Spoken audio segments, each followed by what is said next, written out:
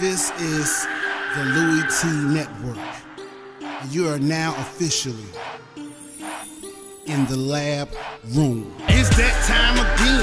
It's that time again to go hard in the off season, cause we trying to win. We gon' go so hard, we don't take no days off. Hopefully one day it's all gonna pay off.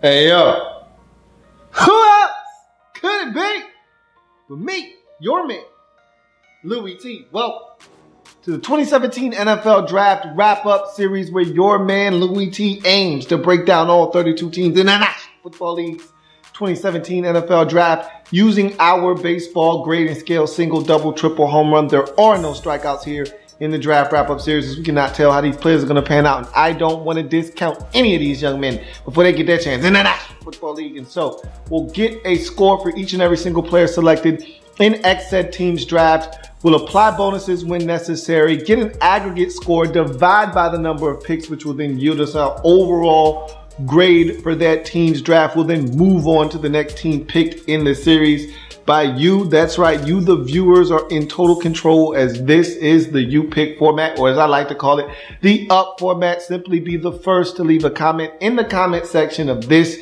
and future videos in this series, stating two things: the phrase next and the team you'd like to see next. Generally, how this thing goes, the Jets are usually the last team in the series, and so I don't know if they're going to be last this year. But that's generally how it's been over the last two seasons. Wouldn't shock me if it repeated itself and they were the last team for a third consecutive year. But in any event, if they are not last, then this video will be out and you'll have the opportunity to yet again get your comment in with the two requisite phrases: next and the team you'd like to see next. So some examples: Jets next. Next Jets, New York Jets next. Again, you don't want to get too wordy. NYJ next. You get the drift, you get my picture. So let's wrap this thing up on a high note, shall we, and talk about the Jets, Jets. And this is a organization that a lot of people on the outside looking in would say is dysfunctional. I, however, would tend to disagree. I actually love what Mike Maccagnan, the general manager of the Jets, is doing with this roster. Now look, they had to purge it a little bit. They had to do some things, get rid of some receivers and make some moves, get rid of Darrelle Revis and kind of reshape the way this thing is going in New York. And rightfully so. A lot of dead weight, a lot of older guys making a ton of money. Time to move on and kind of start getting that fresh blood in there and kind of turn things over, make some moves and kind of revamp this roster, so to speak. Of course, we're still waiting on the quarterback position to develop. And if you don't have the guy on the roster, then you're going to have to find that guy either via the draft or free agency. But that's another story for another day. Bottom line is, I love the fact that Maccagnan didn't go to the organization, and I can't confirm nor deny this, but I feel like if he felt like they needed to move on from Todd Bowles would be gone. And I didn't think it was fair to Todd Bowles that you go 10-6 in your first season with Ryan effing Fitzpatrick at quarterback and still miss the playoffs. And then the next year, you have an abysmal season with Ryan effing Fitzpatrick, who, by the way, held out after the 10-6 season for more money to get fired. I didn't think that was the right move. I thought that Todd Bowles deserved another opportunity to show what he can do in this league. And I'm glad he got that. I think Maccagnan has drafted beautifully since taking over this Jets roster, and this is another phenomenal draft turned in by Mike Maccagnan, and he's one of these sticklers for, I'm taking the best player available. This draft screams best player available. And now when you look at the things that have taken place after the draft and into camp, I'm telling you, man, maybe he had some foresight that none of us had. Obviously, you can't predict that Quincy Enunwa is going to go down to a bulging disc in his neck and miss the entire 2017 season. You can't predict that and plan for that, but I'd say he did a really good job of putting his team in a position that they would be able to circumvent an injury like that. And we knew they were thinking about, shaking up the safety position. We didn't think they were going to take 2 safeties to start the draft, but again, opportunities present itself. You're able to trade away Calvin Pryor, and you are able to replace him and Darrelle Revis and everyone else in the secondary for that matter via free agency and the draft. I thought it was a magnificent draft. Let's jump into this draft, shall we? Starting the first round, 6th overall selection, LSU defensive back Jamal Adams is the selection. This was a guy that I felt like was the best safety and arguably the best player in all of this 2017 NFL draft. I think you could make a strong case that he's the best player in this draft. Myles Garrett included for me. Okay, for some, that's not even up for debate. For me, Jamal Adams, I'd put him up against anybody in this draft. I'll say this: he's definitely the safest pick in this draft. That's how I feel about his talents, and that's how good I feel about him as a football player. Not to mention what I'm hearing about him as a character guy in the locker room and a leader. But let's jump into his pros. Size, 6 feet, 214, right there. That's great NFL size for a safety. That's what you generally get at the safety position if you're looking for a guy that can carry his weight, run, be physical enough, and have the frame to be able to be physical and have it withstand the punishment of the NFL and the safety position itself. That's going to get it done at 6 feet, 214. Athleticism, 4.45 40. A lot of people were down on Adams coming away from the combine running a 4.56. And you can look on tape and tell he runs faster than a 4.56. And he went out at the LSU Pro Day, ran a 4.45. We know these Pro Day times can be a little skewed. Even if it's a 4.49, it's still way faster than 4.56, which is what you see on tape. You see a guy that's running a sub 4.5 40. And so that athleticism, this guy moves around the field with ease. I mean, he makes it look so fluid. At times, he could pass off as a cornerback. Even when he's in coverage, I'm watching this guy. Speaking of which, we'll get to that a little bit later on. Let's keep talking about this guy and why he is such an impactful player from the safety position. Physicality. This guy plays with an edge. He hits people. He's looking to dislodge man from ball. He's looking to be ferocious. He's looking to be an intimidator. You want a tone setter at the safety position. Jamal Adams is the man for the job. There was a discussion about the safety, Malik Hooker and Jamal Adams, which one was the best. I think the Jets told you who they felt like was the best of the two by making this selection because both were available at the time of this pick. And to me, Adams brings something that Hooker just doesn't, and that's a level of physicality and the ability to strike fear into the heart of the opposition. Guys know when a hard-hitting safety is around and their head is on a swivel. You may get drops. You'll get some routes that are run tentatively. Opportunities arise when guys are physical. Jamal Adams is as physical a defender as you will find in this draft, and he does it under control. That's what I love. A lot of guys are physical. They love to come up.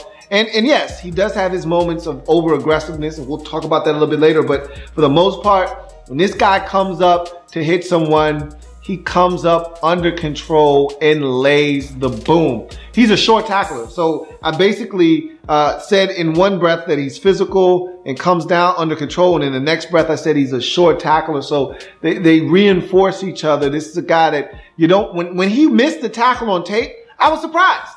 And generally, I'm not surprised when safeties miss tackles because, again, safeties love to come down very, very fast downhill, and they're looking to be aggressive. And sometimes they throw caution to the wind. And when you do that, it's easy to get juked. It's easy for a guy to sidestep you and you to overrun a play or to take a poor angle. You don't get any of that with Jamal Adams. Most situations when he misses a tackle, it's just because the guy either made a tremendous play or the guy slipped out of a tackle. But for the most part, he comes, he raps, he gets guys on the ground, he gets results.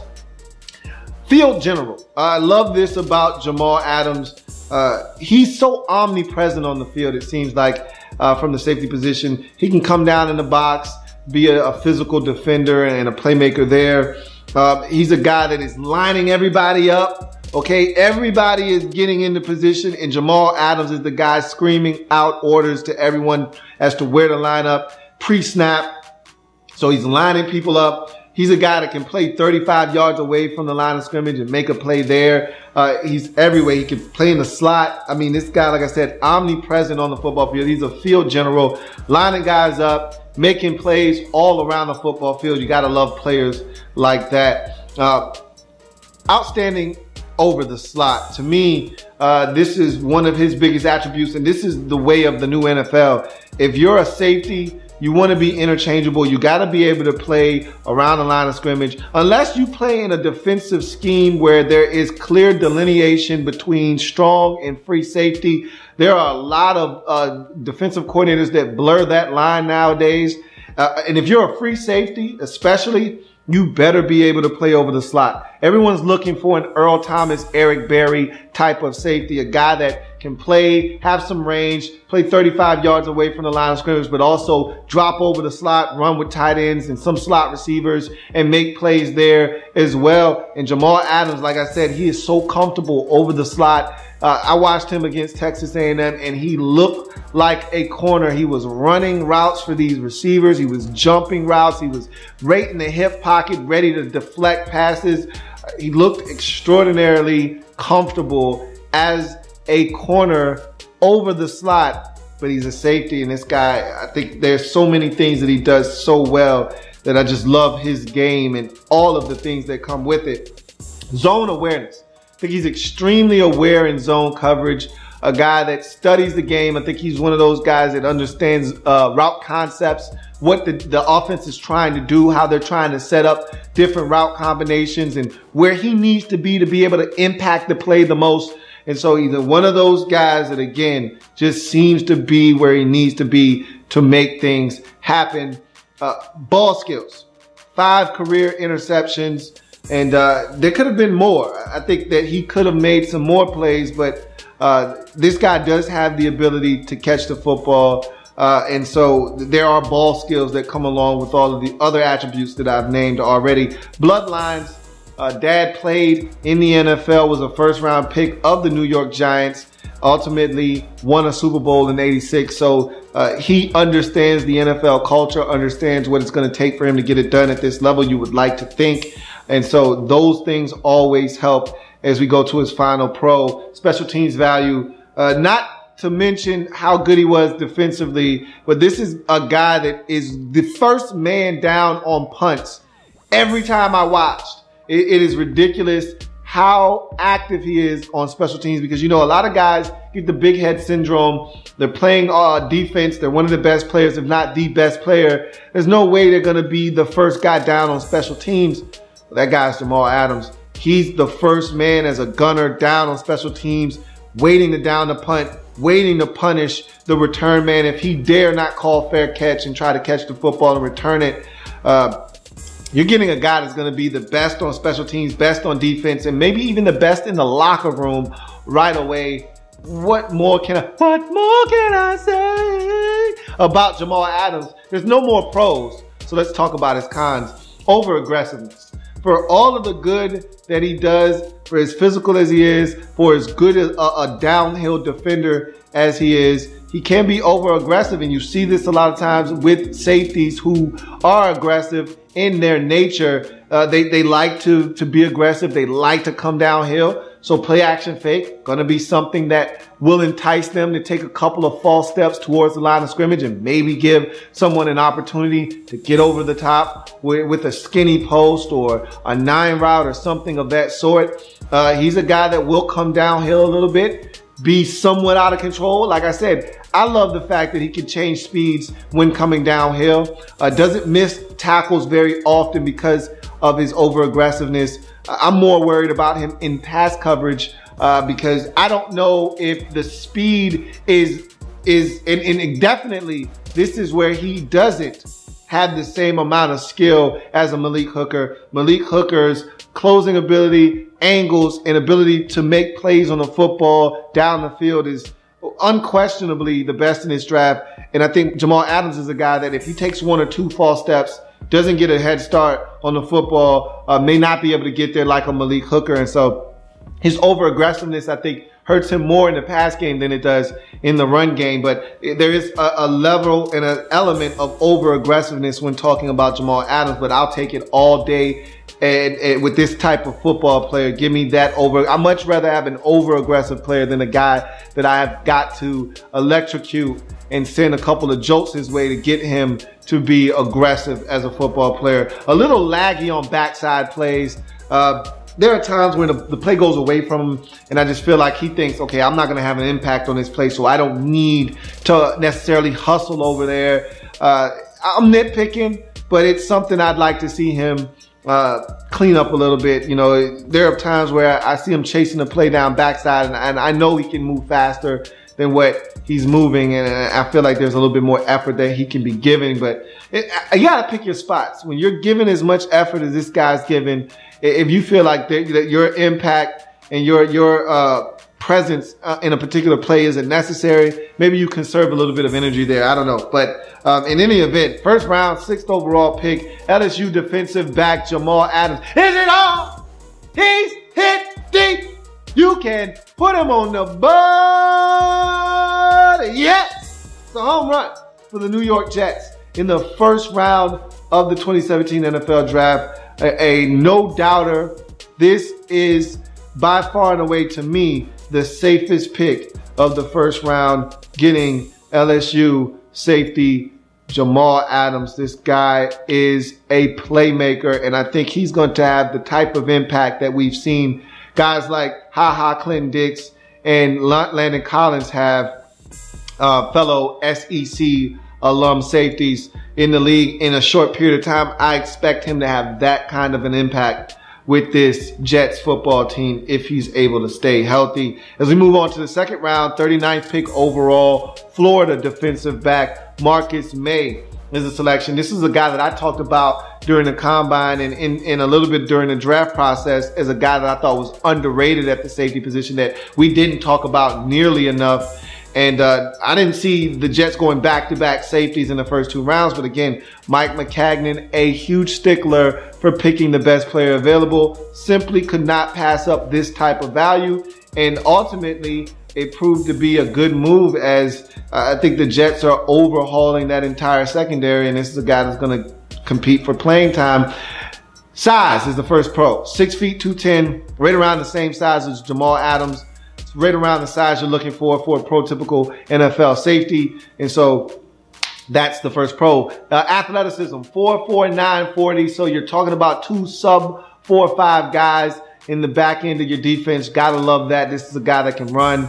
And again, much like Jamal Adams, physicality is another pro here with Marcus Maye. Another one of these guys that will hit you, will dislodge man from ball. He's looking to inflict pain on ball carriers and prospective ball carriers. And so this is a guy that is extremely physical, plays the game with a level of physicality that makes defensive coordinators around the league smile. Instinctual all around the field.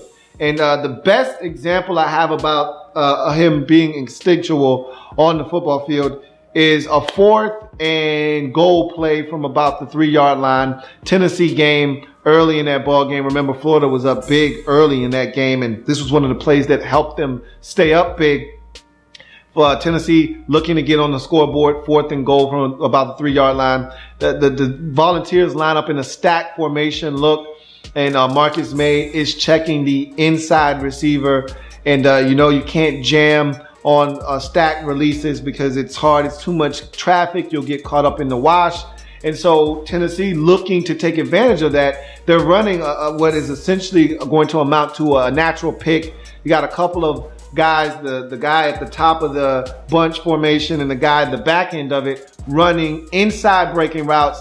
The guy that Marcus May is checking all the way to the inside is running an out breaking route. And this is supposed to be easy money. Joshua Dobbs takes the snap, rolls out to his right, has a wide open, what he perceives to be a wide open wide receiver. This is going to be a touchdown. Marcus May gets through all the traffic, cuts through that route, undercuts it, knocks the football away as Joshua Dobbs is trying to complete it for a touchdown. Incomplete, turnover on downs. That's the type of play you don't see many safeties make, especially in college football. That was a phenomenal play, and that's what Marcus May does. He brings that kind of instinctual behavior to the football field. And again, takes a lot of film study and understanding of what the team is trying to do to you to be able to make that kind of play. He's a very instinctual football player. Tremendous as an underneath defender. For as good as Jamal Adams is everywhere, I feel like Marcus May is best suited as an in-the-box defender. I think as an underneath zone defender, as an underneath short to intermediate man-to-man coverage guy, I think he can handle all of those duties equally well. When you ask him to come away from the line of scrimmage and play the deep half, to play the single high free safety, that's when you get into trouble with Marcus May. I think his best football is intermediate to short, underneath, hook zones, and just being a physical run defender. Love him as an underneath defender down and around the line of scrimmage. And finally, he's a playmaker. He has playmaker ability. 5 career INTs to go along with 7, count them, 7 forced fumbles. This is a guy that is around the football, and when he's around the football, good things happen for his team. And so these are the types of guys you want on your football team, guys that can generate turnovers or turnover opportunities. You're talking about Marcus May if you're talking about turnover opportunities being created. You go to his cons. Just a tad bit late to the party over the top. And I kind of spoke to this. I don't love him away from the line of scrimmage. The further away from the line of scrimmage you get, the less and less I'm in love with Marcus May and his game. Thought they gave up a ton of big plays at Florida, partly due to them trusting their corners, but also partly due to the fact that Marcus May and his counterpart at the safety position weren't always in the best positions as safeties. They didn't always get to the party on time. You show up a tad bit late, and sometimes it's not late. It's not great to still be late. You know, sometimes you say, look, man, I'd rather be late than not show up at all. I'm still great even late. Not in the case of Marcus May, not in the case of the safety position. You don't want to show up late to the party too often. Usually by the time you get there, if you're late, party's done, touchdown. Not much you can do at that point. So I'd like him, like I said earlier, underneath defender and closer to the line of scrimmage. I think he can show up a little bit late to the party as a deep half of the field or a single high free safety. Will duck his head and miss the occasional tackle. He's more apt to miss tackles than that of Jamal Adams. He's a guy that will duck his head, not see what he's hitting, looking to put his shoulder down, and will miss. I saw him miss a few tackles. He's not reckless in the sense that he misses a ton of tackles. For the most part, he gets guys down. But after watching Jamal Adams, it's probably not fair, because after watching Jamal Adams, to turn around and watch Marcus May and maybe put a little bit more pressure on him to make tackles, I just didn't see Adams miss too many tackles. So to turn around and watch Marcus May, who was a prolific SEC tackler himself, he did miss more tackles than Jamal Adams, and I don't know if that's saying much, because again, Adams didn't miss too many tackles himself. So maybe just having that tape after the tape that I had just previously watched didn't do him any justice. But nonetheless, would love to see him see what he's hitting and wrap up a little bit more as a tackler. And finally, 2016, he had a broken arm, missed the final 4 games of the season and the combine as well. So his pro day was a huge day for him, and he went out and he balled out. And so this is how he finds himself being selected in the second round, but it's on the Carfax report. Hopefully that's behind him. Hopefully he's all healed up, and we're not talking about any more broken arms or anything of the sort moving forward. But again, love this selection. I think this is another quality pick by Mike Maccagnan in this draft in the second round, 39th overall pick. Florida defensive back Marcus May for me is a triple. I think this is a guy that's going to come in. If he's not starting day one, he's going to start at some point this season and be an impact player for this Jets team, possibly for many years to come. As we go to the third round, 79th pick overall, Alabama wide receiver Ardarius Stewart is the selection. Thick frame. This is a guy not overly huge, okay? 5'11", 204. That's a really solid size, though, in terms of when you hear 5'11" or sub 6 feet tall, you're generally thinking, okay, this guy's going to be in the 190s, 180s. He's going to be a thin-framed guy. 5'11", 204 means you're well put together, and that's what Ardarius Stewart is. He's a tough guy to tackle because he's got a thicker frame, strong, well-built. And I think that's the first pro. Athleticism and acceleration are the next two pros.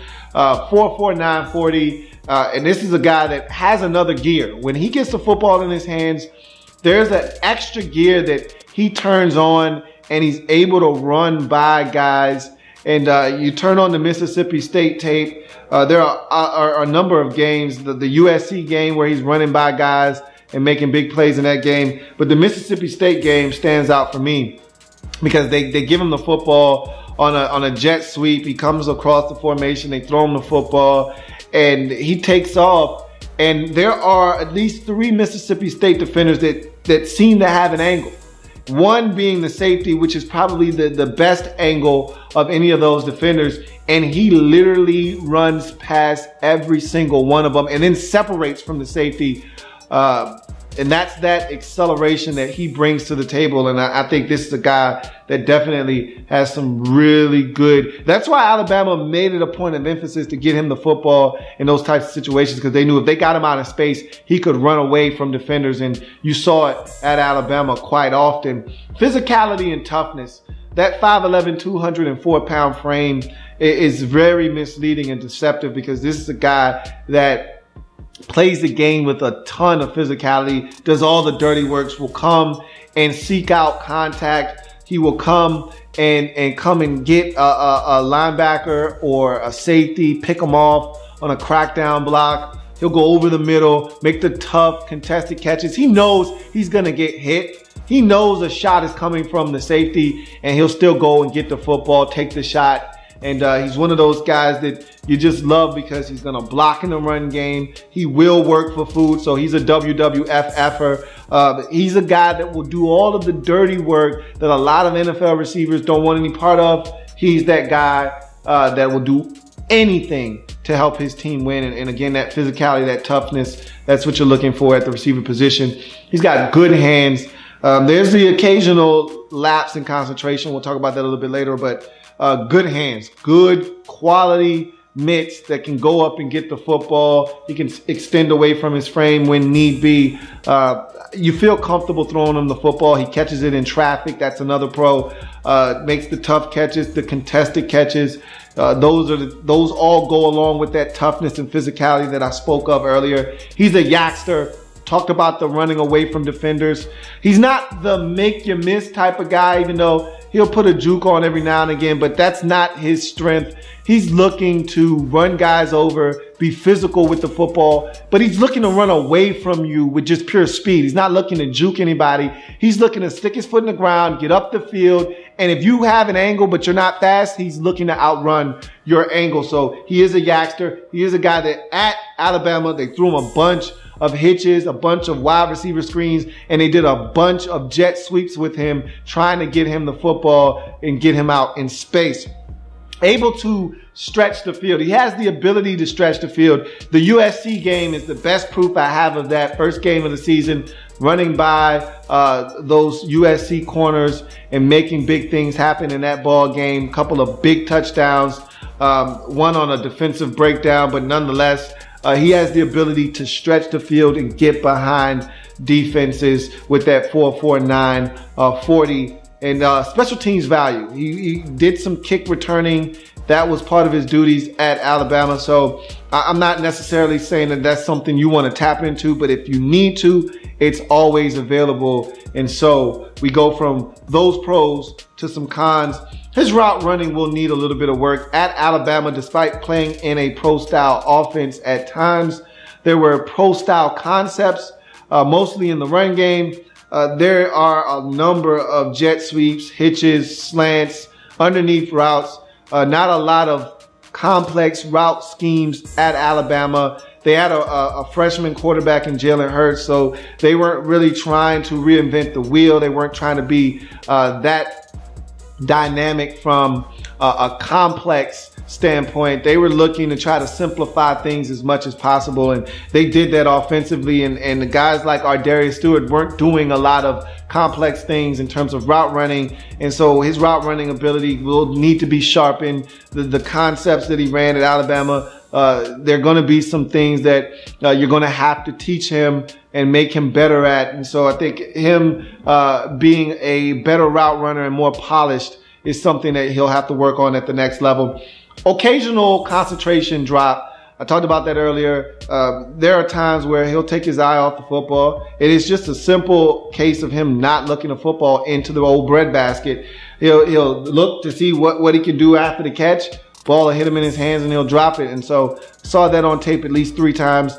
It's not indicative of what he is as a hands catcher. This guy can catch the football, pluck it out of the air, no problem. So that's why I classified him as having good hands. But it just needs to focus and make sure he catches the football. Like I always say, you can't ball without the ball. You can't run and gun. You can't have fun without the ball. So just needs to focus in and catch the football. And then he was suspended for a game in 2016 for what Nick Saban termed violation of the behavioral rules. Don't know what that means. Don't know what that entails. But the fact that he was suspended means that he did do something wrong. It could be something as really minor as breaking curfew. Who knows? Again, I'm not here to speculate on what that means. It's just in the Carfax. And so bottom line is, this Jets football team, you think they were set at receiver, looking at Brandon Marshall, looking at Eric Decker, looking at Jalen Marshall and all the guys, Robbie Anderson and all these guys you already had. You take the best player available because you don't know what's going to happen. No more Marshall, no more Decker. Quincy Enunwa is on the shelf for the season. This looks like a hell of a pick now in hindsight. 3rd round, 79th pick overall, Alabama wide receiver Ardarius Stewart is a triple for me. Love what this guy brings to the table. Reminds me a lot of a tough Derek Mason type of wide receiver, a guy that's just going to get it done and very physical in the way that he plays the game. And I think that he fits the New York personality and that type of blue collar mentality that I think has come to personify New York City in all of its splendor. And I think he's that type of wide receiver as we go to the 4th round, where you select another wide receiver, this time 141st pick overall. Cal wide receiver Chad Hansen is the selection. Size. Okay, to me, this is the direct replacement for Eric Decker. All right, big guy that can run a lot faster than people give him credit for. This is the bigger possession receiver type of player. I think this is the Eric Decker replacement here. But again, this was overkill. You already had a ton of receivers. You add Lucky Whitehead to the roster, but this is just foresight. Again, we don't know if he had plans to do what he did when he made this selection, or if he just said, this is great value, I can't pass it up, whatever the case may be. Size, 6'2", 202. Good NFL wide receiver size, bigger than your average run-of-the-mill wide receiver, and that gives you a bigger catch radius for your quarterback at 6'2". Athleticism, that was the big question for Chad Hansen. Did he run fast? Can he run fast? You watch it on tape, you say, I don't know. He's running away from guys, but are those guys fast? So the question was, can he run fast? He ran a 4.53 at the combine, followed that up with a 4.45 at his pro day in the rain, mind you. So that's legit. The guy can run. And when you watch him on tape, it makes sense. You question, are these guys fast or are you fast? what's going on? Yeah, he's fast. So you can check off that box as well. Great hands. Not good hands, great hands. Drops are very few and far between when they do come. This guy can go away from his frame, make the acrobatic catch. He can adjust to the football extremely well. He can work the sidelines. Those are all pros, okay? Get the ability to adjust to throws that are errant, and he may have to do that in New York. Whomever the quarterback is, Hackenberg, McCown, whoever the quarterback may be, he may have to adjust to some off-target throws. He can do that. He gets his feet down inbounds. I see a lot of college receivers that fail to get 1 foot down. And this is a guy that can get 1 or 2 down. And you know, this is the pro game, gonna have to get 2 down, but he seems to be able to work the sideline. So that's something else that he does very well. Catches it in traffic, much like Ardarius Stewart. This is a guy that you can rely on 3rd and 7, and they did it a ton at Cal. Had an explosive 2016 season, a lot of underneath routes, a lot of him not being able to really separate, but still having to come down with the football. He can catch it in traffic, no problems, no questions asked. Yaxter, he's a guy that will make some things happen at Cal. They did a lot of slip screens, a lot of hitches, things to get him the football in space with blockers in front so that he could accelerate and run away from guys. Again, much like Ardarius Stewart, not really going to shake anybody, not looking to make anybody miss, but looking to stick his foot in the ground, get north and south as fast as possible. So he's a Yaxter in that the same sense as Ardarius Stewart is a guy that can run away from defenders if you are flat-footed or just not fast. Can stretch the field. Another one of these guys that is sneaky fast, that 4.4, 5.40. You look at across from you, you see a white guy, doesn't seem that assuming. You say, okay, he's probably not that fast. And before you know it, he's stepping on your toes and he's even, and you know the rule, even, leaving. And he's one of those guys that can get behind the defense. We saw it a ton at Cal. And so he's the type of guy that can definitely stretch the field. The Jets have a ton of speed at wide receiver. You add Lucky Whitehead, who is a speed demon. We know about a guy that really hasn't done anything for you in Devin Smith, if he can just stay healthy, what kind of speed he possesses. Jalen Marshall, I think he can run a little bit. Robbie Anderson can run. So you got some speed on this football team. Add Chad Hansen and Ardarius Stewart to the mix of guys that can run. And definitely a WWFer. FFer will work for food. You want to eat in the pass game, you got to be able to go out and work for yours in the run game. Both of these receivers are willing to do what is necessary to help in the run game. And so we go from his pros to his cons. Upright in nature, allowing for easy access on jams. I watched him go up against, and I thought it was a phenomenal battle. Him and Sidney Jones at Washington. Sidney Jones got all up in his grill, just got up in his face, deleted the airspace, laid hands on him at the line of scrimmage. Hansen does a really good job of winning at the line of scrimmage. He'll hand fight with you and get off the line. But I thought the battle was won by Sidney Jones. Even one time, Jones chucked him at the line of scrimmage and broke Hansen down. He had to leave the game with an injury. So he stands upright. You know, a lot of receivers, you see them at the line of scrimmage leaning over. The basis for that is because you don't want to give that defensive back a clear target to hit. You lean over so that you're not standing straight up and making it easy for him to get a piece of you. You slump over. Maybe that hand slides from here up to the face.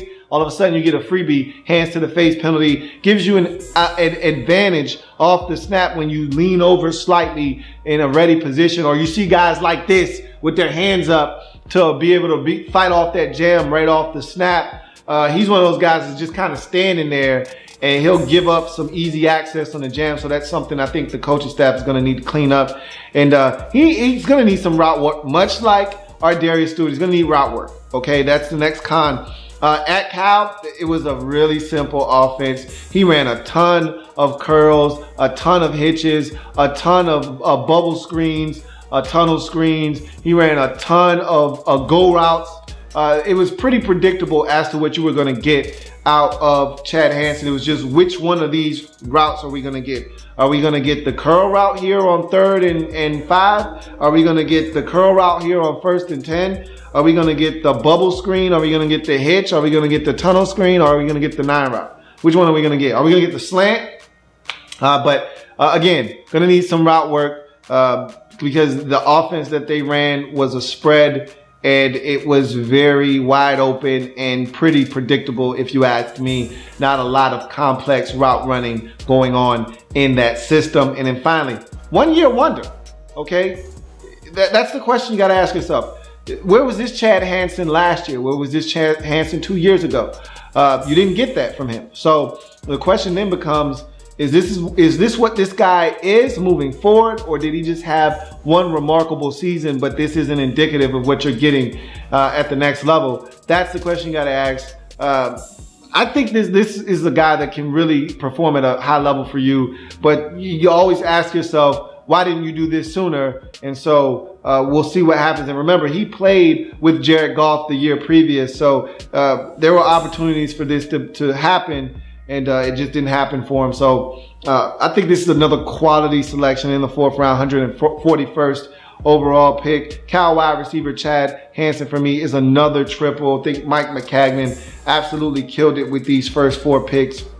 And even into the next pick, your 5th rounder, 150th overall, Clemson tight end Jordan Leggett is the selection. Not going to break him down. I already did so in the Draft Prospects 101 series. So if you're looking for a thorough breakdown of Jordan Leggett and other prospects I was able to get to prior to the draft, go to my page, playlist section, 2017 NFL Draft Prospects 101 series is where you'll find his breakdown and other players as well. But I'll say this, the Jets have been looking for production out of the tight end position for quite some time. I can't even remember the last stud this Jets football team had at the tight end position. They've tried. It's not like they haven't tried to draft guys that were good. I think of the Texas Tech tight end that you gave a run to, that you drafted, that just didn't work out for you. You've tried at the tight end position. It just hasn't worked for this Jets team. Kellen Winslow came on board. Maybe he was solid for you, but you haven't been able to fix what is supposed to be the security blanket for your quarterback. You need to have a tight end that can get it done. And Jordan Leggett is going to be the first viable option at tight end for you. Reliable, can run block, can catch it. No, he's not a speed demon and merchant like some of the upper echelon tight ends in this draft, like a O.J. Howard, like an Evan Ingram, like the tight end the Rams took in the 2nd round, Gerald Everett. No, he's not one of those guys. No, he's not as athletic. No, he's not going to be a quick twitch guy. But he's a big body tight end that knows how to run routes, that can get open, that can separate. And when he doesn't separate, he knows how to use his body to shield defenders away from the ball and catch the football. And he can block in the run game. He's a big guy. I love this selection. The Jets need a reliable option at tight end. When you have young quarterbacks, when you have quarterbacks that may struggle, you need a reliable option underneath at the tight end position, and Jordan Leggett is going to give you that. And to get him and that kind of value in the 5th round, I think it's a phenomenal pick. 5th round, 150th pick overall tight end out of Clemson. Jordan Leggett for me is another triple for the Jets in this draft. If we go to their next 5th round selection, 181st overall pick, West Georgia edge rusher Dylan Donahue is the selection. 6'3", 248 pounds, so first pro size. It's good edge rusher size. The Jets could use a quality edge rusher. They've been searching far and wide for a guy to just get to the quarterback consistently. I don't know if Dylan Donahue is that guy, but he's going to be a guy you can throw into the mix. And at 248 pounds, that's quality size as a stand-up outside linebacker in a 3-4 defense. Quickness and bend. I think he has a little bit of bend to him. And that's what you need in this league in order to be a dynamic edge rusher. You can be a good quality edge rusher like a Ryan Kerrigan who will get you 10 sacks in any given season, but he's not dynamic. He can't bend the edge. He can't shorten the corner. He can't be a prolific game-changing, havoc-wreaking pass rusher because he lacks the ability to bend. Dylan Donahue can bend the corner, which gives him an opportunity to be dynamic at the next level. And he brings a little bit of quickness, speaking of which, gets off the snap aggressively. I love the way he gets off the snap. I think it's something that will really give him an opportunity to win at the next level. Is he the most explosive, dynamic guy? No, but I was impressed with him at the combine. I was impressed with his tape. And I think he has an opportunity to come in, win a roster spot, and maybe produce for this Jets team because of his ability to get off the snap, bend the corner, shorten the edge, and get to the quarterback. Good secondary rush. He's not one of these guys that if the first initial rush doesn't work, it's stale, he's done. He's a guy that will spin. He'll try another move. He will continue to rush up the field. He's relentless. And these are the guys that will get you 10 sacks. The guys that just don't quit. Those are the guys that walk and fall into 3 or 4 sacks a season just off of secondary rush and hustle. And Dylan Donahue is one of those guys. High motor. And I just talked about secondary rush and not giving up. He's one of those guys, balls to the wall, hair on fire, every snap. That's what Dylan Donahue brings to the table. And then he dominated the level of competition at West Georgia. Again, not the highest level of competition available, but I don't give a damn about that. You can't help who they put in front of you. All you can do is dominate who they put in front of you. And he did that over the last few seasons to the tune of 25.5 sacks and 37.5 tackles for loss. So this guy was getting to the quarterback. And I'll tell you, he could have had more sacks, and we'll talk about that a little bit later on. But this is a guy that finds his way in the backfield and is a disruptive force when playing at his maximum level. And Bloodlines finally is the last pro. His dad played in the league, and so right there, another guy that you drafted that has bloodlines. And again, that always helps you when you can know what to expect a little bit, have someone to be able to give you a little bit of tutelage as to what need to be done for you to sustain a career in the NFL. And just having that DNA in your body helps as well. And so you go from his pros to his cons. Short arms, 30-inch arms. That's a killer, especially as an edge rusher. You got these long, athletic tackles with vines for arms that if they are able to contact you first, control the action, and keep you at bay, he's going to have to fire off first. He's going to have to use his arms, albeit them short, to win. If he allows the offensive lineman to get into his body first, he's done with 30-inch arms. That's just the way it goes. Develop hand usage. That's going to be imperative because of what I just told you. The 30-inch arms means he's going to have to be adept at swatting away, and really he needs a black belt in hand usage at the end of the day, because if a guy with 35-inch arms, a guy with 34-inch arms contacts him, he's going to go little bro on him and just keep him at bay, put his hand on his forehead, and Dylan Donahue's going to be like this, and there's really not much he can do. He's going to have to learn how to swat that hand down and win initially, because if that lineman gets into his body, he is finished. Finish the job is the next con. He doesn't finish the job all the time. I watched him in a game versus Albany State where he probably had about 3 sacks in that game. Easily could have had 6. Missed about 3 sacks in that game. And he's one of those guys that will come in recklessly and miss the quarterback or get a hand on him but slip off. He has to wrap up and get these quarterbacks. It's so hard to bag quarterbacks in this league. You get an opportunity, you got to get guys on the ground. You did the hard part already. You won off the snap. You beat the man in front of you. Finish the job. Finish it. Da-da-da. And finally, level of competition. I'm not going to beat him up for that, okay? He played at West Georgia. I get it. I understand. It's not the SEC. It's not the Pac-12. It's not the Big Ten. So what? He dominated. I'm not going to kill him for that. He made his way to the league. Let's see what he does with the opportunity. In the 5th round, 181st pick overall, West Georgia edge rusher Dylan Donahue for me is a double. Very impressive tape. Love what this guy brings to the table. Has short arms. Will he develop hand usage? We'll find out.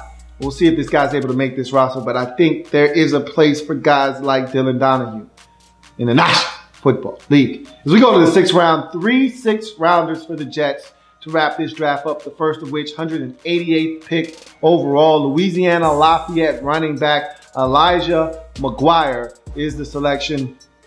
5'10", 214, solid NFL running back size. So that's the first pro. Solid athleticism. He's a 4'5", 340 guy. Doesn't strike me as the greatest athlete. It's solid, not great, but it's good enough to get the job done. Able to plant and accelerate. You saw that in the Senior Bowl when he was able to score the first touchdown of the game. He stuck his foot in the ground, got up the field, accelerated, and got into the end zone. You see that on tape with him as well. A guy that can easily fit into a zone run blocking scheme, presses the hole, stick his foot in the ground, get up the field. Solid in pass pro. He's willing to put his body out there. It's not always the cleanest, but it's effective most times than not. Outstanding pass catching ability. This is where he shines. There's a play against, I want to say, Georgia Southern that I'm watching him in that game. And he elevates to the highest point and goes and gets the football. Mind you, we're talking about a 5'10" guy here going up in sticky man-to-man coverage down the field and getting the football. His hands are A1. They're legit. And I think that is probably one of his biggest attributes, the ability to catch the football out of the backfield. And he offers you some special teams value as well as a punt returner. Didn't do it a ton at Louisiana Lafayette, but did it enough that if you needed to call on him to do it, he probably could do that as well. As you go to his cons, doesn't break very many tackles. He's not a guy that's going to be extremely elusive. Usually the first defender, if they get hands on him, is going to get him onto the ground. And for a guy with his stature, if you look at him, you feel like he should be able to make guys miss and break tackles, and that's just not what you're getting from Elijah McGuire. Doesn't seem to have true running back instincts. And what I mean by that is natural vision, natural feel for when to cut back, natural feel for when to use a jump cut. These are all things that are innate in running backs. For example, you hand off the ball to a running back and immediately there is pressure and there is penetration from a defensive lineman. As a running back, instincts need to kick in and you need to make a jump cut to avoid that guy who's probably coming in out of control, and a simple jump cut will avoid him and give you an opportunity to turn what could be a 3 to 4 yard loss into back to the line of scrimmage, or maybe even a 2 yard, 5 yard, 7 yard gain. I don't get that sense from Elijah McGuire. He's a guy that would just put his head down and see if I can't pick up a -2 instead of a -4. And so there are opportunities for cutbacks, and he'll run into the offensive lineman's back. I don't know if the vision is where it needs to be all the way. So I just don't think he has that instinct that I'm looking for out of a back that you just see a guy and say, okay, yeah, this guy's a real running back. I don't see that out of Elijah McGuire. And then finally, he dealt with a foot injury in 2016 that really hampered him. I don't know if he missed any games from that injury, but it really hampered him and took away from some of the skills that he usually brings to the table. But nonetheless, is a solid back. I'm not impressed. I would be shocked if he didn't make the roster, just because the Jets don't have a ton at the running back position. When you look at their roster, I don't see why he can't have an opportunity. There aren't a ton of great backs. You got, of course, Matt Forte and Bilal Powell. After that, it's anybody's guess as to who else is going to make this roster at the running back position. So in the 6th round, 188th pick overall, Louisiana Lafayette running back Elijah McGuire for me is a double. He's got an opportunity to come in and compete. I don't love him, but he's a solid pick in the 6th round. As we go to your next 6th round pick, 197th pick overall, Michigan defensive back Jeremy Clark is the selection. This is another staple of Mike Maccagnan, picking bigger, longer cornerbacks. He loves to do that. And at a position where he doesn't like to spend a lot of early round selections on corners, here are some, these last 2 picks are both developmental guys that have some size and length to them that could turn out to be a big get for you. I'll tell you which one I like better when we're done. But let's break down Jeremy Clark first. 6'3", 220. Height, weight, or height, length, height, weight, speed guy. We don't know the speed now, so I'm a little hesitant to say that. But height and length, 6'3", 33-inch arms. I mean, that's what you're looking for. If you can get it at the cornerback position, it's going to give you an opportunity to win. He can press at the line of scrimmage with that length and that frame. It's easy to get in a guy's grill and disrupt the timing of a play off the snap. And he does that, and he does it well. Able to recover when beaten off the line of scrimmage. If you're going to come up and check a guy and be aggressive at the line of scrimmage, you better be ready for what may happen next if you're not successful. He's one of those guys that knows, hey, I got 6'3", 33-inch arm frame to fall back on. If I get beat by a step or two, I can still get back into the play because I'm big enough, I'm long enough, and doggone it, people like me. And so he's one of those guys that has an ability to get back into the play despite maybe getting beat initially off the line of scrimmage with that length and size. He's a willing tackler. He'll come up and stick his nose in there, like the fact that he's willing to be a participant and not looking to be an observer. And then finally, there's versatility. At one point, he was a safety at Michigan. He started out as a corner, moved to safety, then returned back to the cornerback position. So there's some versatility here. I imagine the Jets are going to try him at corner first. If that doesn't work, maybe they try him at safety afterwards. But they're looking to make this guy a corner for sure. And there are some traits here that are very workable as we get to his cons. Plays tall, which hurts him in transition. The biggest problem for taller corners is that it's tough for them when they have to open up their hips to do it smoothly. And when they usually open up their hips, it's usually choppy. It's usually with some wasted motion, and it allows guys to get a step or two on them. And so he's no different. Big, tall corner. And that's why you see coaches coaching guys to get down low in their back pedal, because it makes the transition a lot easier and a lot smoother. When you're up high, your back pedal is slow, it's off balance, and it's going to be sloppy when you go to transition from back pedal to sprint. He's one of those guys, high back pedal, up high, and that transition isn't as smooth as it could be. The next con is more of a question. How fast are you, bruh? We don't know the answer to this. Why don't we know the answer to this? The final con. He tore his ACL in the 4th game of the season versus Penn State in 2016. And because of that, no combine, no pro day. We don't know how fast this guy is right now. And so that's another question that we have. How fast are you? If this guy's running a 4.53, that 6'3", 220 is good, but then it's not great. If he's running a 4.47, all of a sudden you may be in business with that kind of size. So we need to know how fast he is. We'll find out, I guess, eventually. Bottom line is height, weight, speed specimen, we're guessing. You can't turn down 6'3", 220 when you get an opportunity to take it and develop it. I don't have a problem with this selection, even though there isn't a ton of tape on this guy.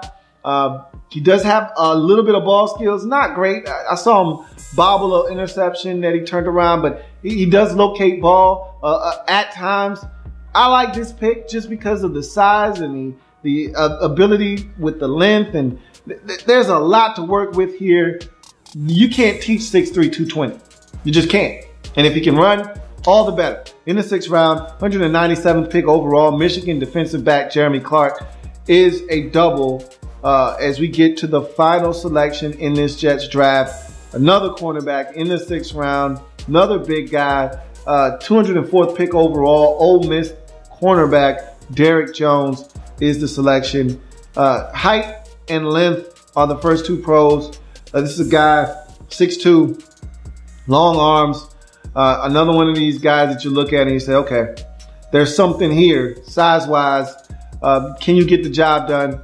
Athleticism, 4'4", 840, 41-inch vert, 11'8" broad. This guy is a freak at the cornerback position. This is an ex-wide receiver, folks.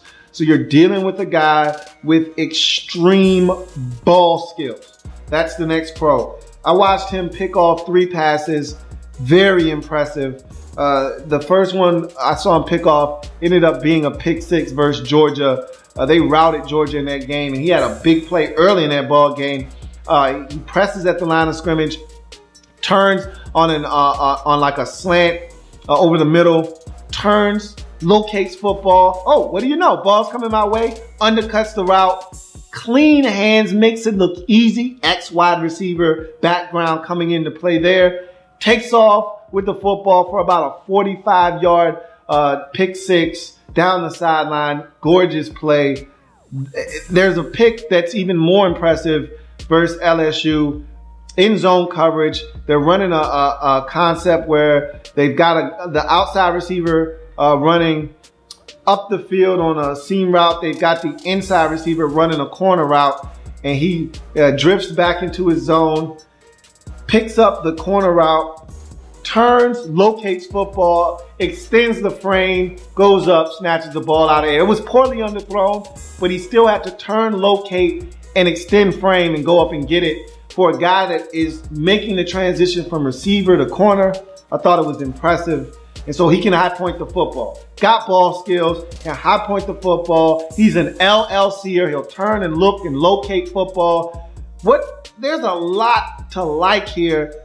I told you I was going to tell you which one I like better out of the two. I like Derrick Jones. I think this is a guy you can develop here. I'm not saying Jeremy Clark isn't. I just see more in Derrick Jones than I do in Jeremy Clark. Now, there is a drawback here.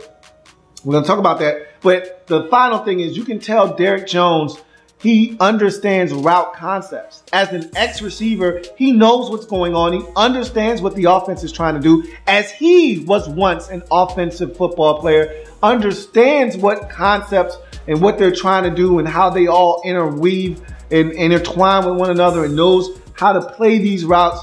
He does his best work, and I love this as well, from the trail technique, because as a corner, you're going to be in trail technique more so than any other technique, most likely. There isn't going to be many times, especially if you're in man-to-man coverage, where you're going to be on top of the receiver at all times. You're in man-to-man coverage. You're up at the line of scrimmage. You're in a press technique. Most likely that receiver is going to stack you, put you on his hip. You got to be able to run with that receiver confidently and locate football. He does a really good job. Both of his picks were from the trail technique that I saw. That's impressive. For a young guy that's not accustomed to the position, very impressive. As we go to his cons, the first con is his size. He's a $188, okay? I don't know how much more weight he's going to be able to put on. And so 9 reps of 225. He's a very slender built guy. Doesn't seem physically imposing at all. And he doesn't tackle well. Obviously, ex-receiver, small guy. Doesn't want any part of that aspect of the game, really. And so that's a problem. That's one of the biggest drawbacks there. The last one is he's just raw. Ex-receiver, never played the position really. Still learning the nuances of the cornerback position. There is so much to learn here. Both of those last 2 prospects to me are moldable guys, more so in the Derrick Jones selection than Jeremy Clark, who has been playing in the secondary for quite some time. Derrick Jones hasn't been, so I think you can mold him into the type of player you want him to be. I'm really intrigued by both of those final selections. And much like Jeremy Clark in the 6th round, 204th pick overall, Ole Miss cornerback Derrick Jones for me is a double to round out this Jets draft that I thought was ultra impressive by Mike McCagnon and company. Let's come up with the tallies for the scores quickly. A home run in the 1st round for Jamal Adams. Then 4, count them, 4 consecutive triples. Marcus May, Ardarius Stewart, Chad Hansen, and Jordan Leggett, which nets you 2 triples bonuses along the way. And then 4 more doubles to add to the mix in Dylan Donahue, Elijah McGuire, Jeremy Clark, and Derrick Jones, which nets you 2 more additional doubles to add into the mix. You tally all of that up. It's a 34. You divide by the number of picks made in this draft by the Jets, 9, and it's a 3.77 triple for the New York Jets. in this draft. That is a phenomenal haul, if I may say so myself.